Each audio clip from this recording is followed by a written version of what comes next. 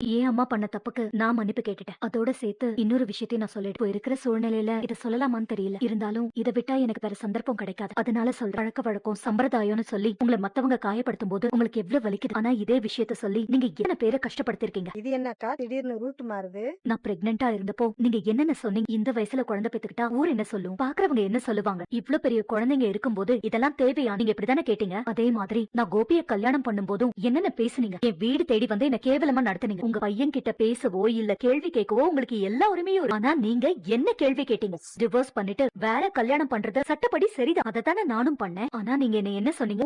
ஊர் என்ன சொல்லும் தான் கேட்டீங்க. நீங்க எங்களை பத்தி யோசிக்கல, மத்தவங்கள பத்தி தான் யோசிச்சீங்க. இனியாவ கல்யாணம் பண்ணிக்க போற மாப்பிள்ள வீட்ல என்ன பேசுவாங்கன்ற வரைக்கும் யோசிச்சீங்க. எவ்வளவு கோவப்பட்டீங்க, எவ்வளவு பேசுனீங்க, எப்படி எல்லாம் பிரெயின் வாஷ் பண்ணீங்க. ஞாபகம் இருக்கா? எந்த ஊரை பத்தி கவலைப்பட்டீங்களோ, எந்த 4 பேரை பத்தி நீங்க கவலைப்பட்டீங்களோ, எந்த சொசைட்டியை பத்தி கவலைப்பட்டீங்களோ அவங்கதான் உங்களை கேள்வி கேக்குறாங்க. அடுத்தவங்கள சொல்லும் போது நல்லா இருந்த விஷயம் இப்போ உங்களுக்குன்னு வரும்போது கஷ்டமா இருக்குல்ல. நான் உங்களை குத்தி காட்டலாம் வரல. இப்போ நீங்க ஒரு வலிய அனுபவிக்கிறீங்கல்ல, அதே வலிய நீங்க எனக்கு கொடுத்திருக்கீங்கன்னு தான் சொல்றேன். அதுக்காக உங்க கஷ்டத்தை பார்த்து நான் சந்தோஷப்படுறேன்லாம் அர்த்தம் கிடையாது. உங்க வலிய நானும் புரிஞ்சுக்க என் அம்மா சைடுல இருந்து இனிமே உங்களுக்கு எந்த பிரச்சனையும் வராது. அவங்க உங்களை எதுவும் சொல்ல மாட்டாங்க.